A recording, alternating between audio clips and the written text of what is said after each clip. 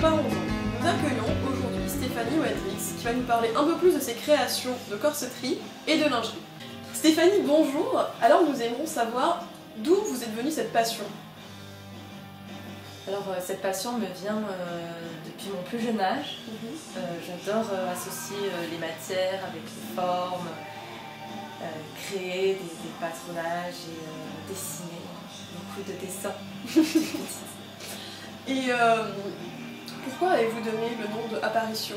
Alors Aparicio c'est très spécial parce que moi mon nom c'est Garcia Stéphanie Aparicio et donc Aparicio vous vous doutez bien que c'est le nom de jeune fille de ma mère. D'accord. Donc ma mère qui a une mère qui est donc ma grand-mère qui est elle qui était, parce que je ne l'ai pas connue, qui était styliste chez Cacharel mais du côté espagnol. Du coup mes origines espagnoles prennent le dessus et puis voilà, c'est dans les gènes. Et est-ce que vous avez, d'où trouvez-vous votre inspiration? Est-ce que vous avez déjà créé des nouvelles formes de sous-vêtements? Je pense pas avoir créé de nouvelles formes de sous-vêtements parce que on me dit toujours oui mais tout a déjà été inventé. Mais pour moi chaque jour c'est une nouvelle invention qui sort, qui... Ok, les modèles sont souvent les mêmes, des répétitions, mais grâce aux nouvelles matières qui sortent sur le marché et de nouvelles formes qu'on peut associer entre elles, on arrive à créer quand même de nouvelles pièces. Et comment faites-vous pour arriver à mettre la poitrine des femmes en valeur en fonction de leur morphologie? Ah bah ça c'est toute une étude par rapport aux tailles, aux formes, paniers, corbeilles, push-up. Il y a plein de variantes dans un soutien-gorge qu'on peut travailler avec beaucoup, utiliser les élastiques, les matières, les foufous. On peut faire tout type de choses, on peut complètement transformer la structure de la femme, du corps féminin. D'accord. Et depuis votre commencement, quelle est votre création préférée? Alors, depuis mon commencement, moi j'ai tout simplement débuté la lingerie parce que j'adore le corset. D'accord. Et je suis tout simplement tombée amoureuse des dentelles, de lingerie. Donc ça serait vraiment les corsets alors? C'est vraiment les corsets et puis je me rends compte que je fais plus dans le soutien-gorge pour bien englober la poitrine. Voilà, c'est vraiment quelque chose qui me passionne, qui me donne envie d'avancer dans ce sens-là. Même si au tout début c'était quand même le corset. Le corset. Oui. Et puis quand vous créez, on devine bien que vous aimez ça. Alors quelle est la partie que vous préférez et puis au contraire que vraiment que vous aimez pas vraiment faire, qui est pas agréable?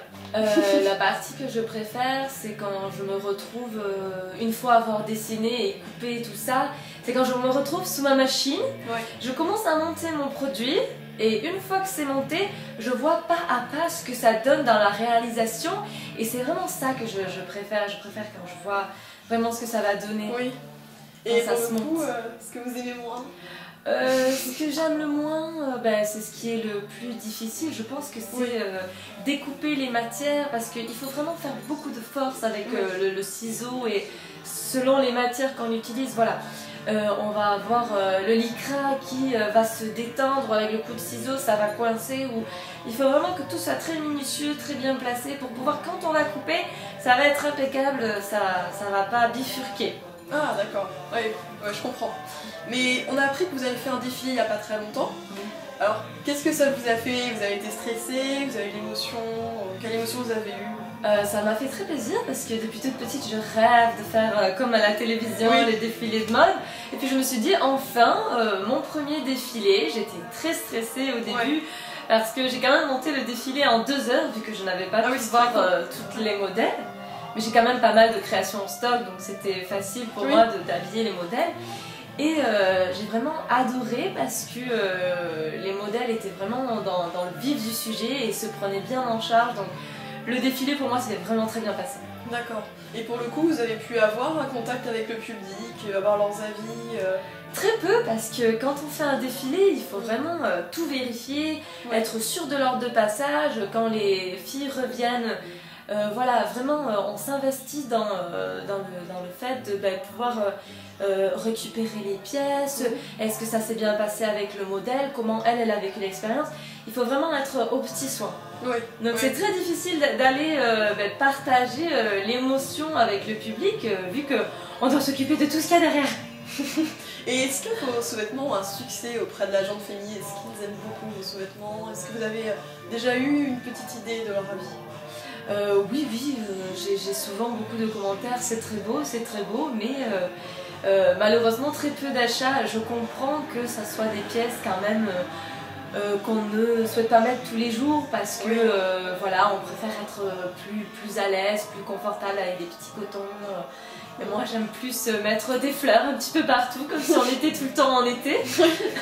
Mais justement, c'est pour plaire à la gente féminine, ce serait occasionnel justement ou pas. Ça plaît. Mais le souci c'est de devoir mettre des pulls par-dessus et c'est ce que me disent ma clientèle. Ma clientèle me dit mais comment on fait pour mettre des pulls au-dessus? Et je me trouve dans la confrontation de devoir leur dire mais non, il faut pas mettre de pull, c'est fait pour être vu, non, vous ne mettez rien dessus.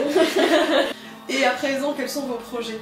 Alors, mes projets seraient de savoir quelle est vraiment l'entreprise que je souhaite lancer. Je sais ce que je veux faire. Je veux faire vraiment de la lingerie, corsetterie, embellir le corps des femmes, faire des défilés de mode, mais au-delà de ça, il y a quand même la perspective d'avoir un métier. Oui. Et pour avoir un métier, il faut être plus réaliste et plus se cadrer dans ce que les femmes disent. Voilà, il faut pouvoir mettre de la lingerie sous un pull, il faut que ça soit confortable, pas trop olé. Voilà, il faut vraiment taper dans les dentelles, les belles couleurs de dentelles qui vont pouvoir émouvoir nos clientes. D'accord. Et pour finir, on avait vraiment envie de savoir si vous avez un conseil à donner aux Orléanais qui aimeraient se lancer dans votre voie. Donc si vous pouvez parler un peu de votre formation et leur donner quelques conseils. Alors moi je suis passée par un BEP, un bac pro dans la haute couture et puis ensuite voilà, pour faire un BTS il fallait faire une mana dans les arts appliqués, donc ensuite j'ai fait mon BTS et c'est là où c'est devenu compliqué de devoir choisir soit entrepreneur, soit, je sais pas, il y a tout plein de SRL, URL, mais vraiment il y a la Couveuse qui est une association qui aide les jeunes créateurs à développer leur entreprise et je pense vraiment qu'avant de se lancer dans tout type de projet, il faut être bien armé. Oui. Donc aller voir autour ce qui se passe et pouvoir se faire aider des associations qui sont là pour nous guider. Oui, d'accord. Et bien je vous remercie beaucoup du temps que vous avez accordé et de vos conseils. Parlons-en, c'est tout pour aujourd'hui. À bientôt. La la la la la la la.